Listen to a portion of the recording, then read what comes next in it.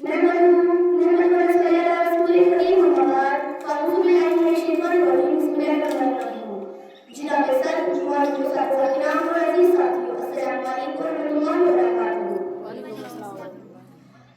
इस हसीन दिन पर मुझे जिस मौजू पर शायरी करने का मौका मिला है उसका अनवान है यौम आज़ादी। मिलेगी मंजिल मकसूद हम ये ईमान रखते हैं, मिलेगी मंजिल मकसूद हम ये ईमान रखते हैं, हम अपनी रहनुमाई के लिए कुरान रखते हैं। वफादारी वतन से हो यही कुरान कहता है, वफादारी वतन से हो यही कुरान कहता है, हम अपने दिल की हर खुशी में हिंदुस्तान को रखते हैं। सबसे पहले आप तमाम को मेरी तरफ से मुल्क हिंदुस्तान की आज़ादी की बहुत बहुत मुबारकबाद।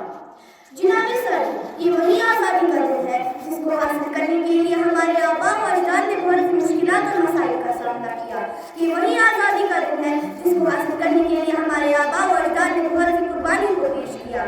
ये वही आज़ादी का दिन है जिसको हासिल करने के लिए महात्मा गांधी ने खुद को भूख से दो चार किया था। ये वही आज़ादी का दिन है जिसको हासिल करने के लिए इशफाकुल्लाह खान ने फांसी के फंदे को चूमा था।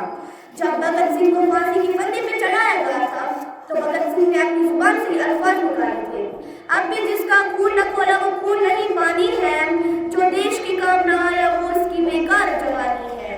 जनाब सर, हिंदुस्तान की तारीख भूल रही है बल्कि हिंदुस्तान को आज़ाद कराने में बहुत से लोगों ने अपना अहम रोल अदा किया है। उन्होंने ऐसी कुर्बानियाँ दी जिनकी वजह से आज हम आज़ाद हैं।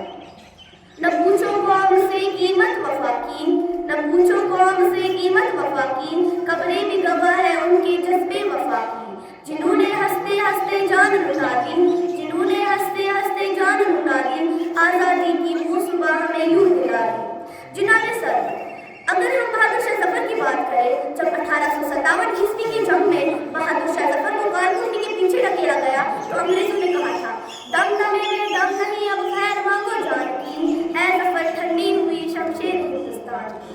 जफर ने जो जवाब दिया था वो ये था कि गाजियों में बोर है जब तलक ईमान की, गाजियों में बोर है जब तलक ईमान की, तख्ते लंदन तक चलेगी तैर हिंदुस्तान की। जनाब सर, हिंदुस्तान को आज़ाद कराने में सिर्फ बुजुर्गों का नहीं बल्कि बच्चों से लेकर बड़ों ने हर एक ने एक अजीम रोल अदा किया है। खुदीराम बोस 70 साल की उम्र में अपनी जान को निछावर कर रहे थे। आज हर तरफ आपको मुबारकबाद दी जा रही है और देशभक्ति का सबूत दिया जा रहा है, लेकिन हकीकत में असल देशभक्ति यह है कि जहाँ पर एक किसान चुभती हुई धूप के नीचे मुल्क हिंदुस्तान के लिए अनाज को पैदा करता है। असल देशभक्ति यह है कि जब हमारे सरकारी मुलाजमैन रिश्वत के बगैर अपने काम को अपनी जिम्मेदारी समझते हैं। असल देशभक्ति यह है कि जब हमारे मुल्क में रहने वाले हिंदू मुसलमान सिख ईसाई आपस में मिलजुल कर देश का परचम बुलंद रखें। हम अपनी जान के दुश्मन को अपनी जान कहते हैं, हम अपनी जान के दुश्मन को अपनी जान कहते हैं, वफादार मोहब्बत की इसी मिट्टी को हिंदुस्तान कहते हैं। जनाब सर, हमारी ये खुशकिस्मती है कि मुल्क हिंदुस्तान में हिंदू भी पैदा हुए, मुसलमान भी, सिख भी और ईसाई भी, लेकिन सबसे बड़ी बदकिस्मती यह है कि इंसानियत पैदा है।